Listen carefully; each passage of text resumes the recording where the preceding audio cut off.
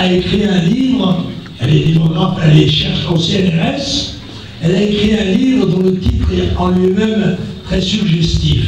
Ça s'appelle « Les yeux grands fermés ». Voilà. Nous regardons le phénomène de l'immigration les yeux grands fermés. Elle dit tous les chiffres, qui sont les chiffres officiels, relatifs à l'immigration sont faux, truqués, masqués, manipulés.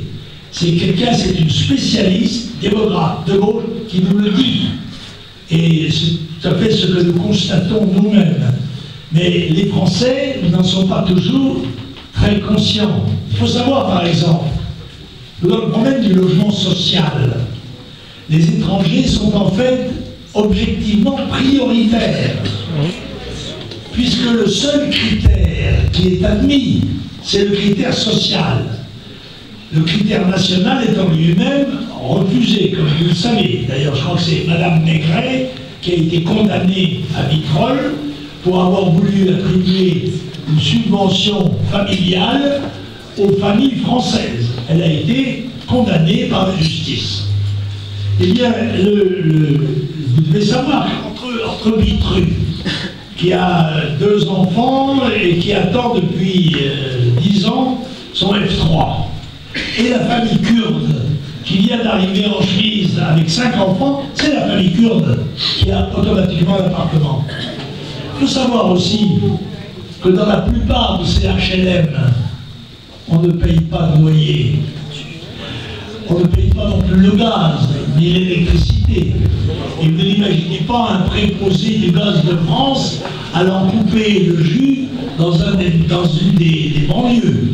Il en sortirait avec sa tête sous le bras, comme ça lui. Voilà, c'est sûr.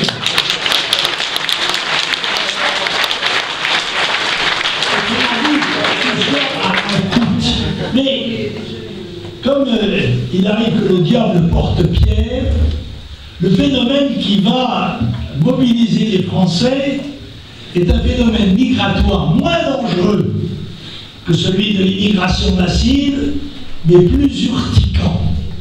Ce sont les Roms. Parce que les Roms sont arrivés à quelques dizaines de milliers à travers les frontières. Dans quelques mois, les frontières vont être levées.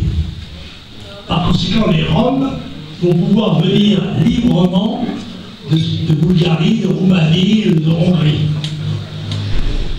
Il y en a 8 millions en réserve. Et vous savez, l'immigration rome, c'est un peu comme une plaque d'eczéma sur la cuisse. Ça vous demande, mais c'est pas mortel. Parce que l'autre immigration est mortelle. Et c'est celle qui est très visible et très olfactive aussi. On va faire se rendre compte aux Français qu'ils sont envahis et qu'ils sont de moins en moins chez eux. Dans certaines villes de France, nous sommes déjà minoritaires. Et s'ils n'avaient pas l'habileté de ne pas se présenter sous leur couleur aux élections, eh bien nous aurions des mairies étrangères. À Roubaix, par exemple, il y a 60% de musulmans. Et je ne suis pas sûr que Marseille soit encore une ville majoritairement européenne. En suis pas sûr. Andrézieux. Ce n'est pas le seul endroit.